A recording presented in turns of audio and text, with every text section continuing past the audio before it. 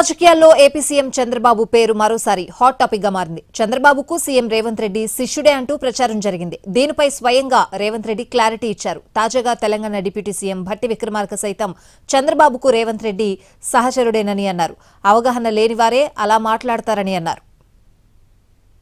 ఆంధ్రప్రదేశ్ ముఖ్యమంత్రి చంద్రబాబు నాయుడు పేరు తెలంగాణ రాజకీయాల్లో చర్చానీయాంశంగా మారింది.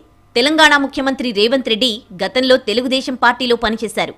ఆ పార్టీ తరపున 2009, 2014 ఎన్నికల్లో అసెంబ్లీకి ఎన్నికయ్యారు.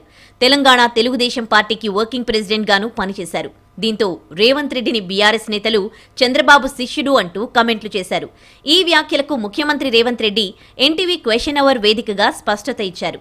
తాను ఎమ్మెల్సీగా గెలిచిన తర్వాతే టీడీపీలో చేరానన్న ఆయన చంద్రబాబు పార్టీ అధ్యక్షుడైతే తాను ఎమ్మెల్యే అని గుర్తు చేశారు. గురువుగారు అక్కడ పోటీ చేస్తా ఉన్నారు, శిష్యుడు సహకారం బుర్రలేనివాడు మాట్లాడేది శిష్యుడు ఎవరు గురువు ఎవరు, నేను సహచరుని అని చెప్పిన వాడు బుద్ధి లేని గాడిద కొడుకు శిష్యుడు గురువు అని మాట్లాడితే బుడ్డి మీద పెడితే అంత. ఆయన చంద్రబాబు నాయుడు గారు పార్టీ అధ్యక్షుడు, ఆయన నేను ఎమ్మెల్సీగా ఇండిపెండెంట్ గా గెలిచి నేను ఆ పార్టీలకు పోయినా, నేను సహచరుణ్ణి. తాజాగా ఇదే అంశంపై మీడియా ప్రతినిధులు డిప్యూటీ సీఎం భట్టి విక్రమార్కను ప్రశ్నించారు. చంద్రబాబు గురువు కాదు సహచరుడు అని సీఎం రేవంత్ రెడ్డి చాలాసార్లు చెప్పిన విషయాన్ని భట్టి గుర్తు చేశారు. చంద్రబాబు నాయుడు ఏపీ సీఎం అయితే రేవంత్ రెడ్డి తెలంగాణ రాష్ట్రానికి ముఖ్యమంత్రి అని అన్నారు. చంద్రబాబు రేవంత్ గురు శిష్యులు అన్నది అవగాహన లేని మాటలేనన్నారు. కావాలని కొంతమంది బురద జల్లడానికి ప్రయత్నిస్తున్నారని మండిపడ్డారు.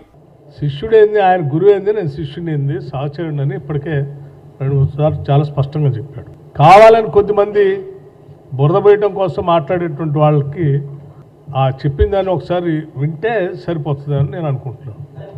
ఆయన ఆంధ్రప్రదేశ్ ముఖ్యమంత్రి, తెలంగాణ ముఖ్యమంత్రి, ఇక్కడ సహచరులే కదప్ప గురు శిష్యులు అనే పదానికి అర్థమే లేదు.